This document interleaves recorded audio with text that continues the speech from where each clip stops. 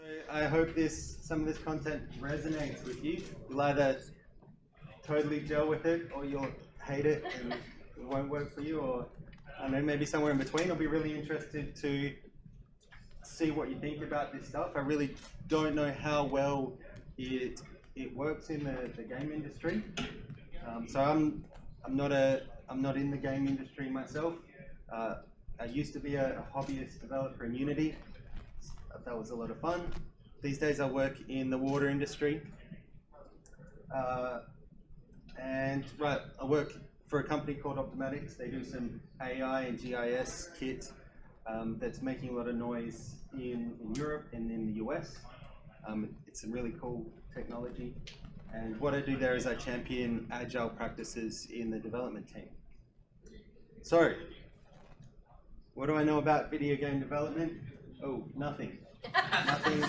But I do know an awful lot about helping teams to develop complex solutions to difficult problems and in minimizing risk. And risk is a really big thing when we talk about Agile. So what is Agile? Why should we care? Well, what do we want? What do we want from our games and from our careers? We probably want success, right? We want to be able to build something that people look at and they say, hey, nice work, that was great, that's a great game. That's what we want. And what do we not want? We don't want to be a failure. We don't want to build something that's just, nobody likes it because it's not fun. We don't want to build something that even our parents are ashamed of. That's not what we want. We don't want the projects to fail. But you know, a lot of projects, especially game projects, do fail in the sense that they don't make a lot of money. So we don't want to be in that big blue bucket of things that didn't quite make it. We want to be in that little grey bucket. And Agile is just one of those tools that is great at reducing the risk of ending up in the blue bucket. It's a tool for reducing risk of failure. So what is Agile? In answering this question, it's helpful to start with what Agile isn't. I'm conscious that I'm in front of the screen for some of us over here. No, that's okay. That's not Agile. We talked about this model as being waterfall, because it looks a bit like a waterfall. We finish one part of the project before we move on to the next part. And that's a problem, because we've locked in a whole lot of our game design right at the beginning, and that might not be the game that we want by the time we get to the end of all of that. It's a risky thing to do, to lock in subject matter right back then. So we don't want that model. And the reason there is that as the project progresses, we start to understand more. We understand more about what's fun in the game. We understand more about the market that's buying the game.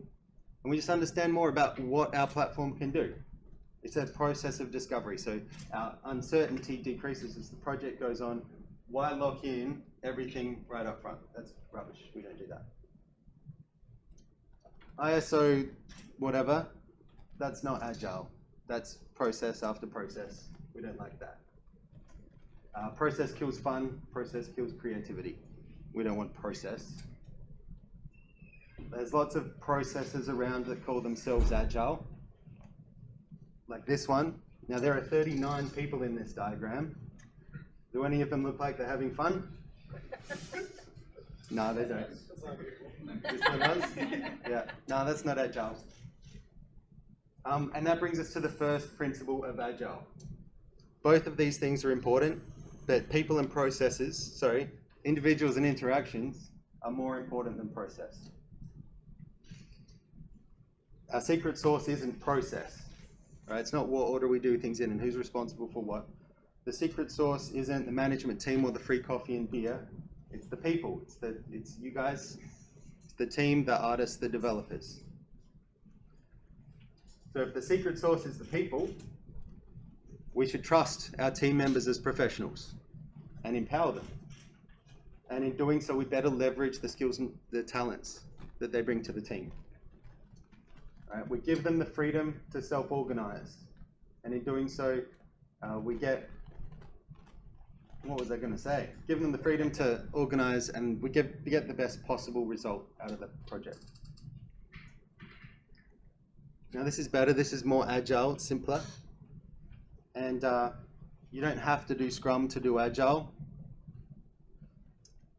But I'm going to pick on this as an example. One of the key features here are these iterations, short, palatable, scrumptious iterations. We've got a 1-day iteration here and a 2-week iteration here. And as an outcome of this 2-week iteration, we've got this something or other. It's a something. And we're going to look at this 2-week iteration, but first, second principle. Both of these things are important, but a working game is more important than a comprehensive game design document. Game design isn't unimportant, they're both important, but a working game is important. So if we're doing Agile, that means we're releasing early, we're releasing often, and we're releasing continuously. So if we're doing Agile, we must have a short iteration period, and each iteration must produce one of these somethings. Right, and we're going to take this something and we can show it to our stakeholders, we can ask them for feedback. We'll call this something, we'll call that a release.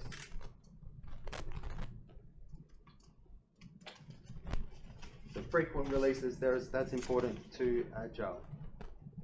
Principle number 3, both of these things are important, but stakeholder engagement is more important than contract negotiation. So we don't like to build a creative product to our upfront fixed scope for an upfront fixed fee. We just get garbage if we do that. That's true. So we like to engage our stakeholders early and often and get continuous feedback on the product as it comes together. Now, when I talk about stakeholders, we're usually talking about someone internal, but they're representing, it's their job to represent the people who are funding your work and the end users who will eventually buy and play your work.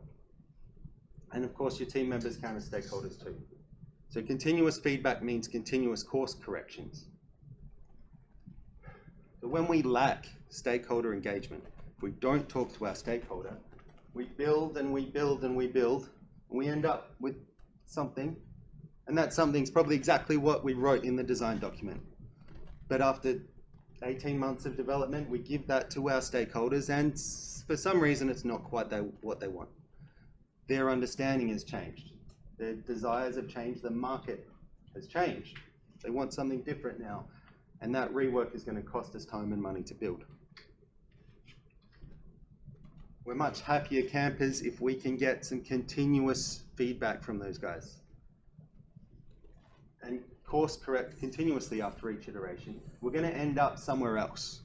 We're going to end up somewhere, looks a bit like what we expected, but it's subtly different. It's actually what they want. And it often is going to meet a product that's more fun. That's the point. That's why we're here. We want to build something fun. Yeah? Cool. Fourth and final principle. Both of these things are important, but responding to change is more important than following a plan. So as a project proceeds, we talked about this, our understanding of the project improves over time. We get feedback from stakeholders, and we need to be ready to respond and adapt. So if we're going to be ready to respond and adapt, you need to make sure that your team has the freedom to rearrange things in your product, in your team, in your process. You need to make architectural, procedural, and contractual changes, decisions, choices, to support your team's ability to make those changes, right? In doing so, there are 4 things that you can't live without. I'm going to say you can't live without them. I'd love to tell me if, I'm sure there's many game projects that do without each of these things. So like everything that I'm talking to you about, I'm really interested to hear your feedback about these things. So one of the things is version control. So it's 2019. Who's not using version control? Oh, good. Oh, hello. Go on, get out. fully automated build of the whole product. One step, one build, the whole thing. Continuous integration. Automated tests. Now, some of these things I know are pretty hard, can be pretty hard in a game. And some, I was just talking to a bloke over here who did his whole game in a visual scripting language in the Unreal Engine, right? You're not going to be writing tests there. But there's anywhere where you're writing code, you're going to get a lot of value out of your automated tests. So these things are really important for your team's ability to respond and adapt. Now, it's very important to introspect our process. So we've been working at this thing for 2 weeks. Let's look at it and let's look back and say, how can the next 2 weeks be better than those 2 weeks? If we as a team are looking back on how we did these 2 weeks and we make resolutions on how we're going to do things differently these next 2 weeks, inevitably we're getting better and better, right? So this is part of empowering our team members to make good decisions for the project. We give the power, we put the power in their hands, and this is part of trusting them and treating them as professionals. In this way we get a better result out of our project. So this is where empowering the team starts. If your team wants to change something, let them do it. So those are the 4 principles of Agile. A couple of quick tips and tricks in closing.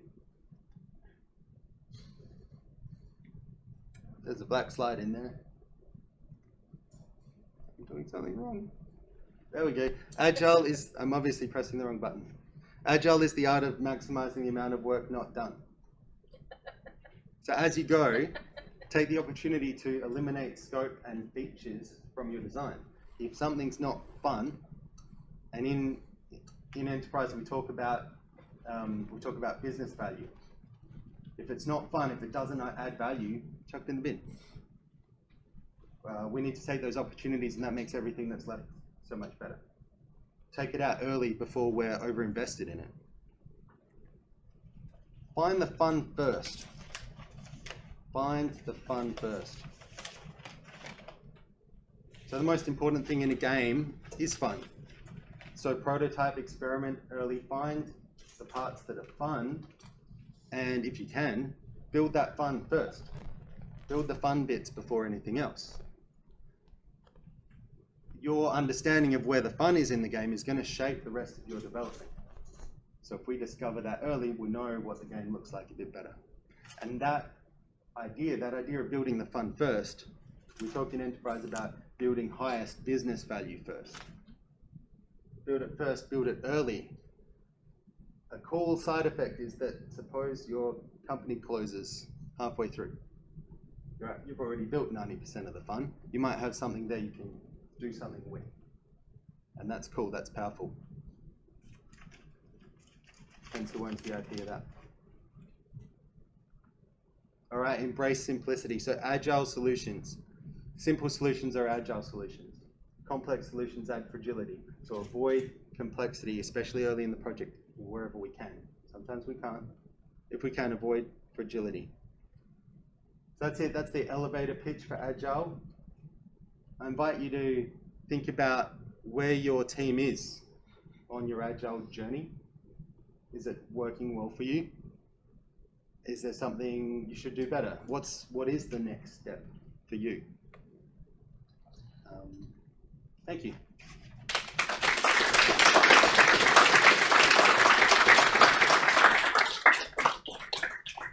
If I may ask a question of you, a couple of questions before. How many of you guys are students? How many of you guys are full-time in the game industry? How many are full-time not in the game industry? Cool. It's really interesting to see the unique perspectives from around the place. How many people are programmers? How many people actually write code in a programming language? Cool. How many people are artists? Sweet. And how many people do something else? Cool. All right, just really interesting to see who we're talking to. So shoot us with your question. Ben, what advice do you give to companies that are too agile, very reactive, see an idea and chase it? Because I think that's probably more of a problem that game companies have than being not agile enough. Yep, really good question. Because being agile doesn't excuse you from long-term planning. You still need, you need to have your strategic vision. You need to have those kind of medium to long-term perspectives on what you're actually building. You can't just go out and build whatever's shiny.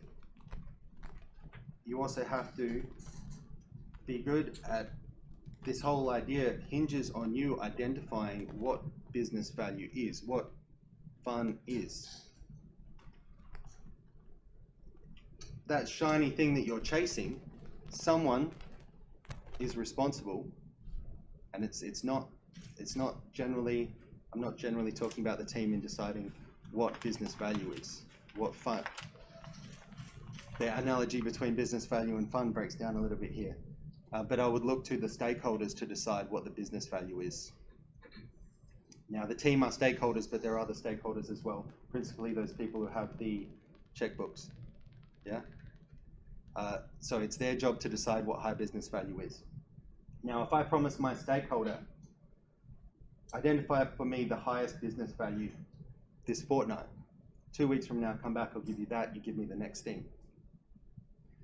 The best thing I can do, I honor our relationship the best by saying, yes, you said that's the highest business value, I'll build that. Now, if they're rubbish at identifying the highest business value, you're not going to build a great product. But none of these systems are going to change that. You're going to get the same result, whatever way you're building things. If your stakeholders are inherently poor at identifying what is good, if they change their mind every week about what they want, you're not going to have a good product.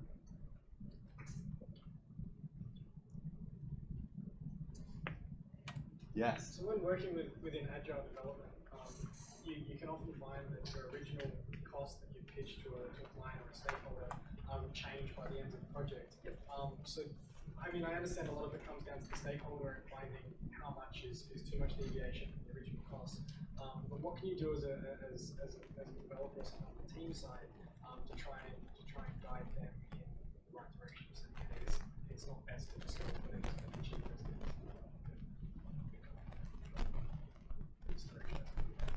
So say for example you have a stakeholder that's looking purely at the dollar value and saying how can I get the cheapest out of this project because there's a series of options. Right. What's the best way to kind of guide them towards the better side of the Agile program? So in this picture, the client has said, I want an Android game. And you've said I can do that for 50,000, 100,000, or 150,000. Yeah. And they want 50,000. Yes. Right. So nobody's going to be under any illusion that what they get for 50,000 is just as good as what they get for 150,000. But if we can build a complete game, and if we can build into that game the highest business value, the highest fun value, at every point along that journey, the curve, that one, at every point along that journey, we're going to get somewhere fun. So if their budget is 50,000, let's spend the first 25,000 just building the highest business value stuff first. Let's exhaust half our budget, and then we'll sit down and we say, right, what conclusion do you want to take this to? Do you want to take it to the 50,000? In which case, they're the stakeholders. Honor that request. Give them the best that you can for the 50,000. That's what I would encourage you to do. If that's what they want to spend, let's build something for that budget. Even if we've got a great idea for something for 150 grand, let's build what they want. That's our job. Cool.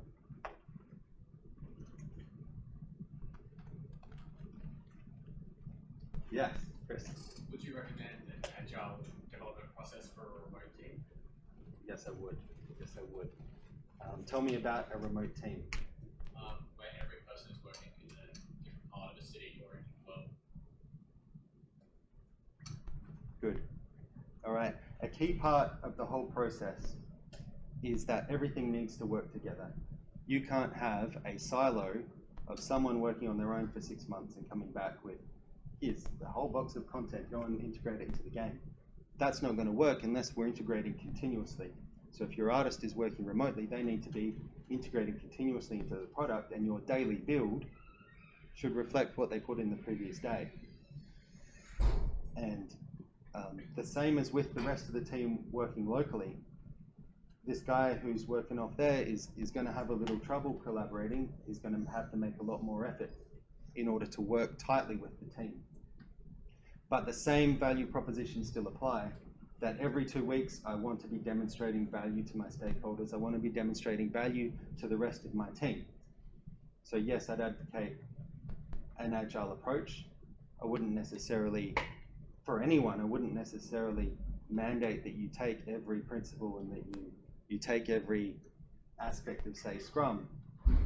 I say, understand what the agile principles are, identify where they resonate with you, and continually retrospect on that and reflect on what's working.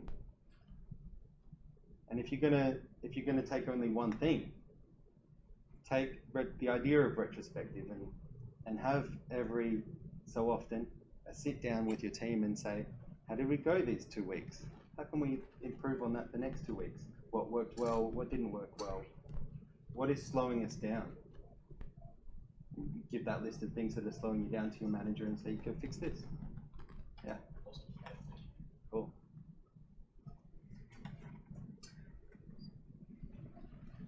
Yeah.